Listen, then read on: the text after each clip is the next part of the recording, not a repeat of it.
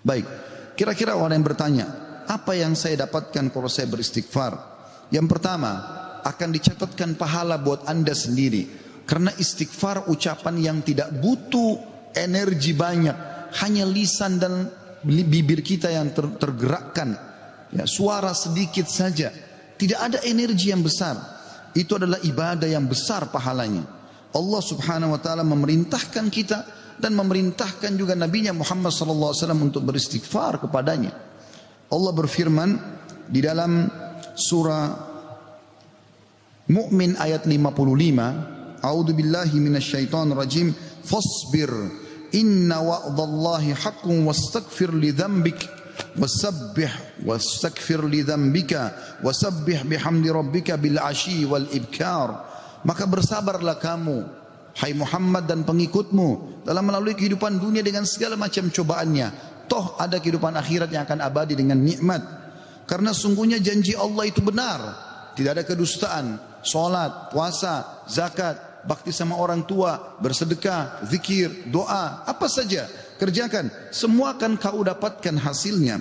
Dan mohonlah ampunan untuk dosamu hai Muhammad, dan pengikutmu juga perintahkan mereka lakukan itu.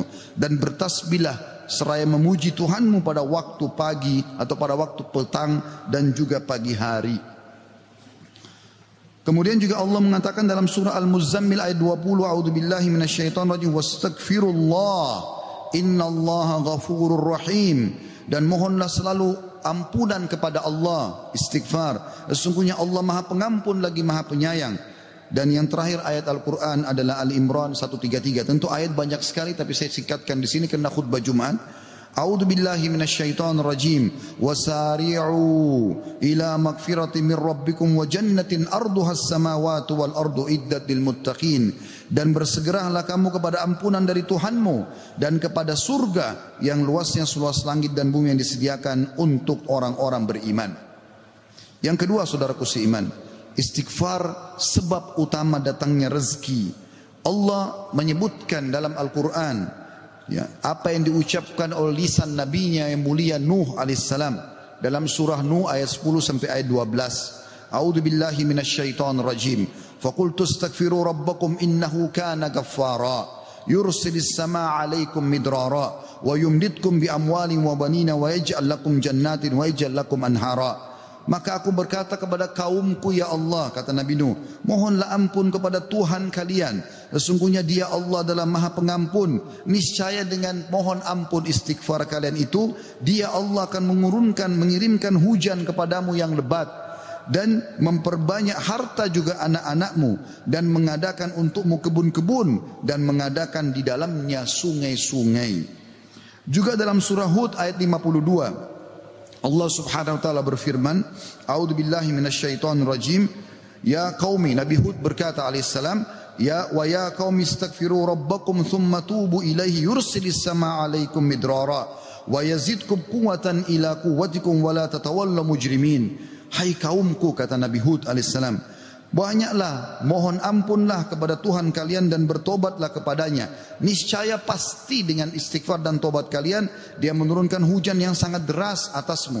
Maksudnya subur, hujan bukan mematikan tapi membawa berkah. Dan Dia akan menambahkan kekuatan kepada kekuatanmu. Fisikmu akan kuat, fikiranmu, jiwamu akan sehat. Dan janganlah kamu berpaling dengan berbuat dosa. Al-Qurtubi rahimahullah berkata tentang tafsir surah Hud ayat 52, di dalam ayat-ayat ini terdapat dalil bahwa istighfar digunakan untuk meminta rezeki dan hujan.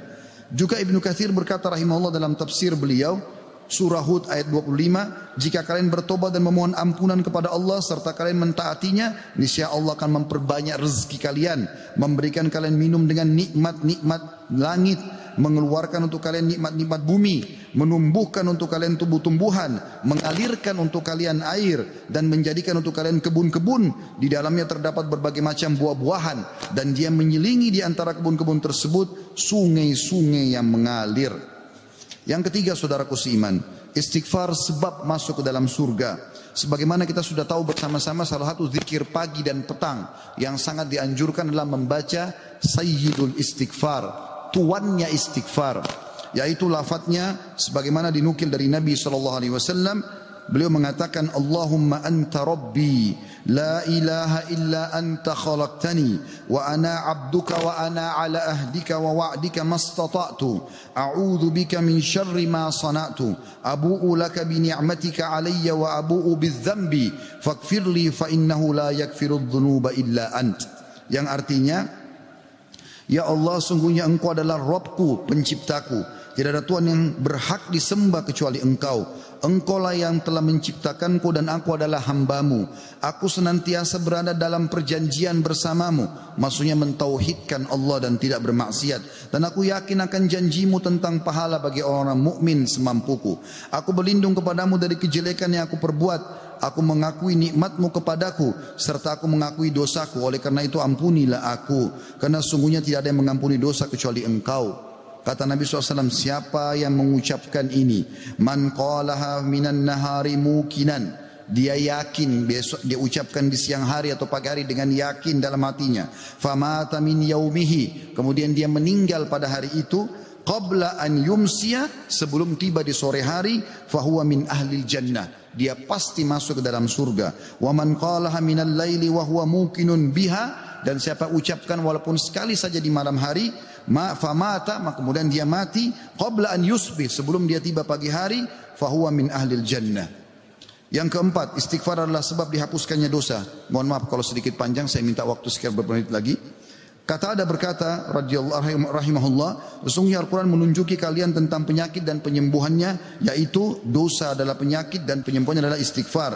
Allah berfirman, a'udzubillahi minasyaitonir rajim, dalam surah Al-Imran 135, walladzina idza fa'alu fahishatan aw zalamu anfusahum dzakarullaha fastaghfiru lidzunubihim wa man yaghfiru dzunuba illallah wa lam yusirru ala ma fa'alu hum ya'lamun. Dan juga orang-orang yang apabila mengerjakan perbuatan keji dan menganiaya diri mereka, kalau mereka buat dosa, maka mereka ingat kepada Allah lalu mereka memohon ampun terhadap dosa-dosa mereka, dan siapa lagi yang dapat mengampuni dosa selain Allah, dan mereka terus mereka tidak meneruskan perbuatan dosa itu sedang mereka mengetahuinya. Kemudian teman-teman sekalian, selanjutnya adalah yang kelima, istighfar mencegah hukuman dari Allah Subhanahu wa taala. Saya ambil satu saja. Al-Hasan Basri rahimahullah berkata, wahai anak Adam, meninggalkan dosa lebih ringan bagimu daripada mencari taubat, dan ketahuilah bahwasanya pada saat kau meninggalkan perbuatan dosa atau kau beristighfar pada saat berbuat dosa, maka azab Allah tidak akan datang. Karena Allah berfirman dalam surah Al-Anfal ayat 33, a'udzubillahi minasyaitonir rajim, wa ma kana Allahu liyu'adzibahum wa anta fihim, wa ma kana Allah mu'adzibahum yastaghfirun. Dan Allah sekali-kali tidak akan mengadab mereka sedangkan kamu berada di tengah-tengah mereka, hai Muhammad, dan tidak pula Allah akan mengadab mereka sedang mereka selalu memohon ampun. Yang keenam, istighfar sebab diangkatnya derajat. Dalam sebuah hadis, ajarkan babak ini kepada anak anda. Dalam hadis riwayat Ahmad dengan sanad hasan, kata baginda Nabi SAW, Inna Allah Azza wa Jalla yarfa'ud darajati lil abdi salihi fil jannah, fayaqulu ya Rabbi anna li hadhihi, fayaqulu bistighfari waladika lak. Sesungguhnya Allah yang maha suci dan maha tinggi mengangkat derajat seseorang hamba saleh di surga, sehingga dia bertanya, yang sudah mati diangkat derajatnya tinggi di surga. Hamba ini bingung, dia tidak pernah merasa berbuat amal yang bisa membawa dia ke derajat itu. Lalu dia bertanya, wahai Rabbku, dari mana nikmat ini hamba dapatkan? Maka kata Allah SWT, dari istighfar anakmu untukmu. Yang ketujuh, istighfar adalah sebab disucikan hati. Sebagaimana Nabi SAW bersabda, innal mu'mina idza adzamba dzamban kanat nuqtatan sauda'u fi qalbihi. Kalau seorang mukmin berbuat dosa akan menjadi titik hitam dalam hatinya. Fa in taba wa naza wastaghfara su'ika qalbuhu minha. Kalau dia bertaubat kemudian dia beristighfar kepada Allah, meninggalkan dosanya, maka akan diangkat noda hitam itu dalam hatinya. Fa in zadat hatta taglufa qalbu fadzalika ar-rana alladhi dzakarahu Allah fi kitabihi kalla barrana ala qulubihim ma kanu yaksibun.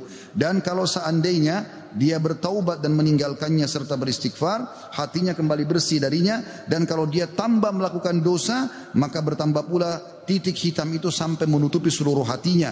Dan itulah makna kalimat ar-ran dalam firman Allah Subhanahu wa taala, sekali-kali apa yang selalu mereka usahakan itu menutupi hati mereka. Surah Al-Mutaffifin ayat 14. Dua poin yang terakhir teman-teman sekalian, yang kedelapan adalah istighfar sebab memperoleh anak dan keturunan.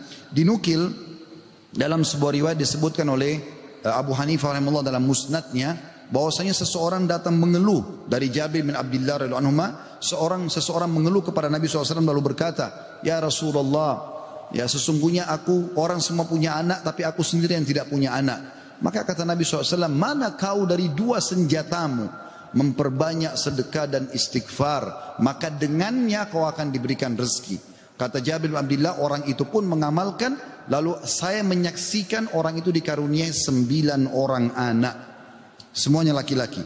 Kesembilan dan terakhir adalah istighfar sebab menikmati kesehatan dan kekuatan, sebagaimana dijelaskan dari dalam surah Hud ayat 52, dan sudah saya bacakan tadi ayatnya, saya tidak ulangi, tapi potongan ayatnya adalah yazidkum quwwatan ila quwwatikum. Istighfar menyebabkan bertambahnya kekuatan di atas kekuatan. Izinkan saya teman-teman sekalian menyampaikan sebuah kisah yang berhubungan dengan masalah ini, atau 2 buah kisah ringkas.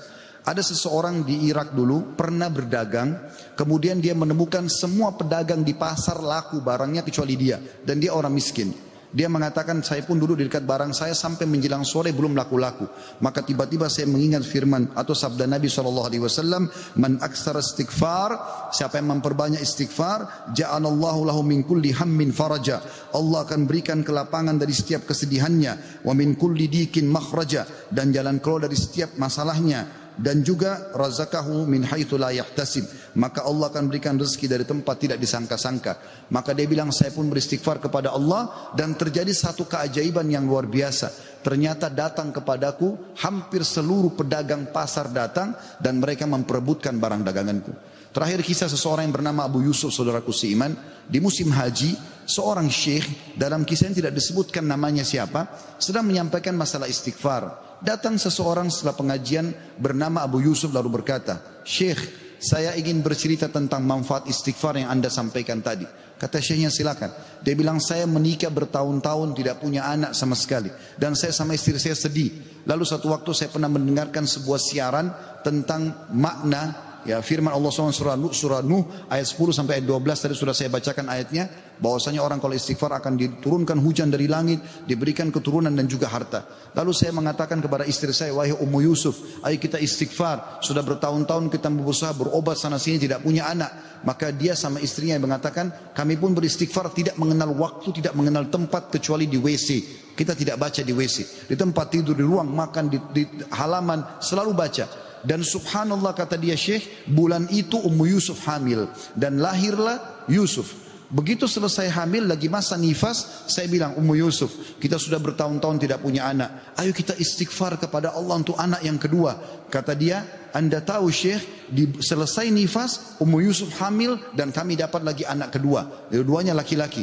Setelah anak kedua lahir, di masa nifas saya bilang lagi, wahai Ummu Yusuf, kita beristighfar kepada Allah untuk anak yang ketiga. Maka saya sama Ummu Yusuf beristighfar yang ketiga, dan ternyata selesai masa nifas hamil dan juga melahirkan di tahun ketiga anak laki-laki yang ketiga. Kata syekhnya, semoga Allah berkahi. Itu betul-betul firman Allah. Allah mengatakan Allah tidak akan pungkiri janjinya. Dia mengatakan, belum selesai kisah saya Syekh. Setelah itu Ummu Yusuf berkata, wahai Abu Yusuf, kita berhenti dulu istighfar untuk mohon anak, istighfar untuk yang lainnya, tapi permohonan anak berhenti dulu sampai anak-anak besar. Kami sepakat 2-3 tahun, kemudian saya mengatakan, Ummu Yusuf, sekarang saatnya kita minta agar Allah berikan kita anak perempuan yang cantik dan salihah. Maka kami pun beristighfar, dan ternyata Ummu Yusuf hamil, dan sekarang saya di musim haji, wahai Syekh, sedang datang bersama Ummu Yusuf yang baru saja melahirkan bersama dengan bayinya, bayi perempuan. Aqulu qauli hadza, saya sudah mengucapkan perkataan saya ini, wa astaghfirullah li wa lakum, dan saya beristighfar kepada Allah, mengajak jamaah istighfar kepada Allah, fastaghfiruhu innahu huwal ghafurur rahim, beristighfarlah sungguh Dia Maha Pengampun dan juga Maha Pengasih.